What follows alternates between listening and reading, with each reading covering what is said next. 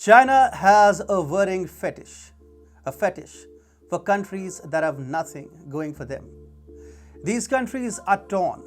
They have bad leaderships that almost always do not have popular support of the people, and their finances are in shambles.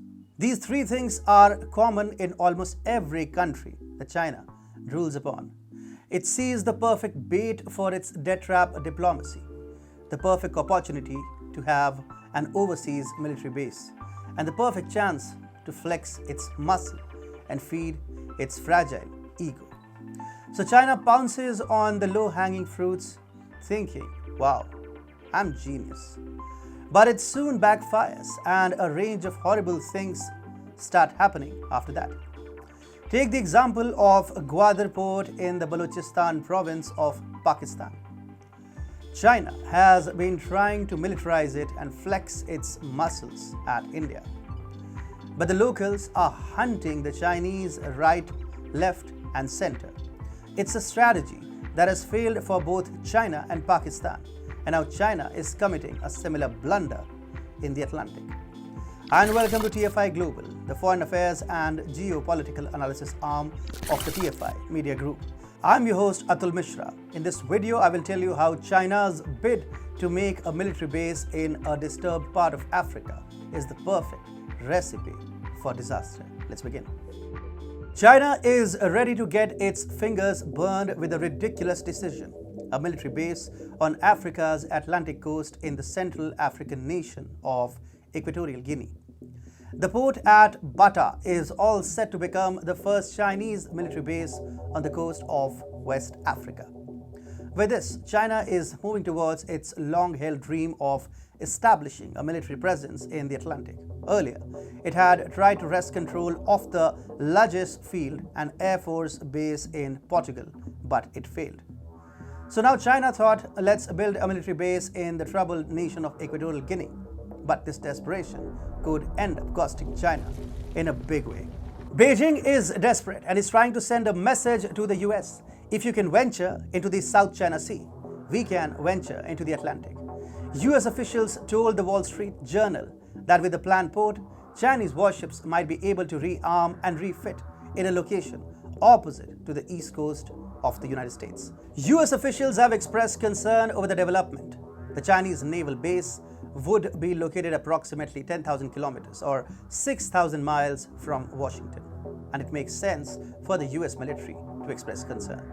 I mean, if your rival wants to establish a presence in your sphere of influence, you would be worried. But at the outset, let me tell you something. China is not making a strategic move. It is making a desperate statement. And that is it.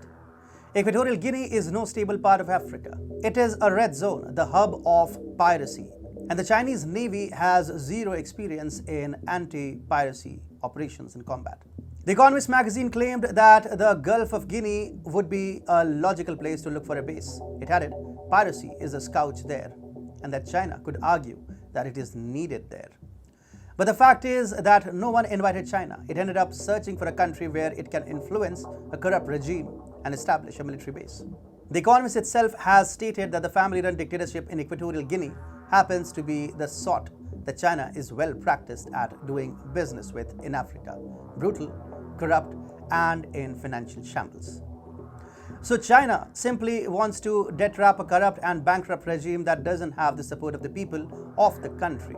But how successful will the paper dragon be? China may be trying to enter the Atlantic, but it is not as if Beijing is going to topple Washington in the region that once used to be the venue of the US-Soviet Cold War. For China to build a military base in waters infested with piracy activities and an unpopular, corrupt regime is a perfect recipe for a disaster. And you need to look no further than the Gwadar port in Pakistan. Even in the case of Gwadar, China was trying to support a corrupt and brutal regime that does not enjoy the support of the Balochs in the province of Balochistan. So what happened in the Gwadar port? Baloch freedom fighters had started attacking Chinese interests, engineers, and other officials. Balochs earlier hated the Pakistani occupiers, and now they also hate the Chinese. Meanwhile, the Gwadar port that the Chinese wanted to occupy has gone to the dogs. The Gwadar port is a colossal wreck today, and China is making the same mistake in Equatorial Guinea. It is supporting the wrong government and is inviting the eye of the locals. Ultimately, China will end up investing a lot of money and it will go down the drain. China will also face the heat of a strong anti-China wave in Africa. Countries like Kenya turned their backs on China once they realized that Beijing was out to loot them. And Equatorial Guinea won't remain quiet either. China is thus fooling itself all over again.